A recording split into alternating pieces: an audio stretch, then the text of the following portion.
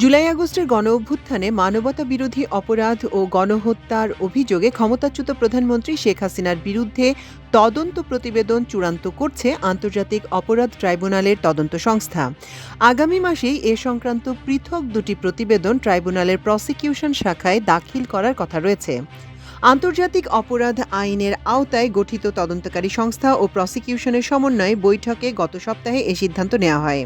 সভায় chief prosecutor ও তদন্তকারী সংস্থার প্রধান সহ সংশ্লিষ্ট কর্মকর্তারা উপস্থিত ছিলেন।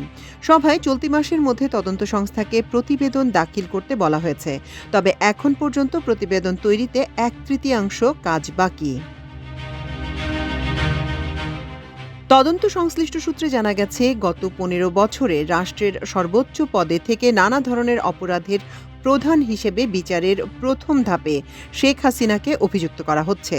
পাশাপাশি 2024 সালের জুলাই আগস্টের মানবতাবিরোধী অপরাধ ও গণহত্যার সরাসরি নির্দেশদাতা হিসেবেও থাকছেন সাবেক এই প্রধানমন্ত্রী। মানবতাবিরোধী অপরাধ ও গণহত্যার পৃথক দুটি প্রতিবেদন শিগগিরই প্রসিকিউশন বিভাগে দাখিল করবে তদন্তকারী সংস্থা। জুলাই আগস্ট গণঅভ্যুত্থানের পর এই প্রথম কোনো মামলার তদন্ত প্রতিবেদন দাখিল করা হচ্ছে।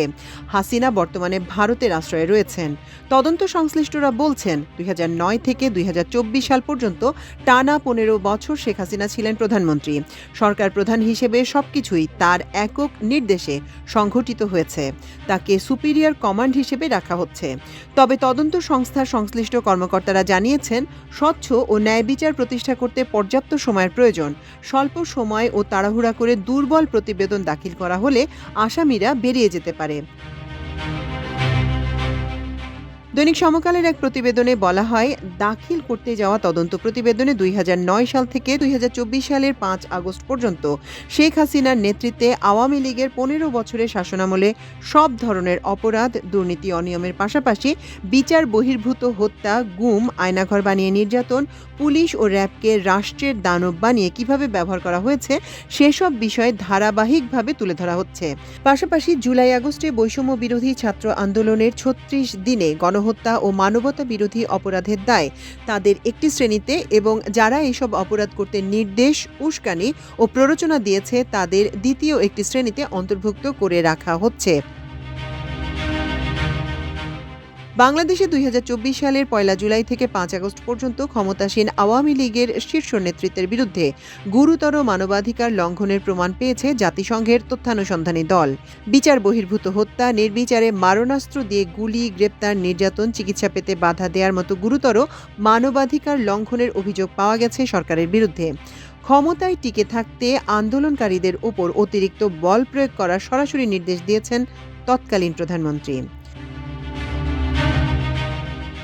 তদন্ত প্রতিবেদন দাখিলের আগে সাংবাদিকসহ বিভিন্ন পেশাজীবী, ঘটনার প্রত্যক্ষদর্শী, ক্ষতিগ্রস্ত পরিবারের সদস্যদের কাছ থেকে তথ্য উপাত্ত সংগ্রহ ও পর্যালোচনা করা হয়। তবে এ মামলার সাক্ষী হিসেবে 250 থেকে 300 ব্যক্তিকে রাখা হচ্ছে। সাক্ষীদের মধ্যে ভিকটিম, শহীদ পরিবারের সদস্য, প্রত্যক্ষদর্শী, গণমাধ্যম কর্মী, ডিজিটাল প্রমাণ, ফুটেজ, সিসিটিভি ফুটেজ, টেলিফোনে কথোপকথন সহ অন্য যাবতীয় সাক্ষ্যের আওতায় আনা হবে। ইতিমধ্যে বেশ কয়েকজনের 164 ধারায় জবানবন্দি গ্রহণ করা হয়েছে। 4 শতাধিক পৃষ্ঠার ভলিউমে তৈরি করা তদন্ত প্রতিবেদনে বলা হচ্ছে, জুলাই আগস্টে সারা দেশে মানবতাবিরোধী অপরাধ সংঘটিত হয়েছে। প্রতিবেদন দাখিল প্রসঙ্গে জানতে চাইলে আন্তর্জাতিক অপরাধ ট্রাইব্যুনালের চিফ প্রসিকিউটর মোহাম্মদ তাজুল ইসলাম বলেন, কয়েকটি মামলার তদন্ত শেষ পর্যায়ে রয়েছে। তদন্ত সংস্থা দিনরাত কাজ করছে। তারা জানিয়েছে, এ মাসের মধ্যে কয়েকটি মামলার প্রতিবেদন দাখিল করতে পারবে। সেক্ষেত্রে আমরা আশা করছি শিগগিরই প্রতিবেদনগুলো পেয়ে যাব।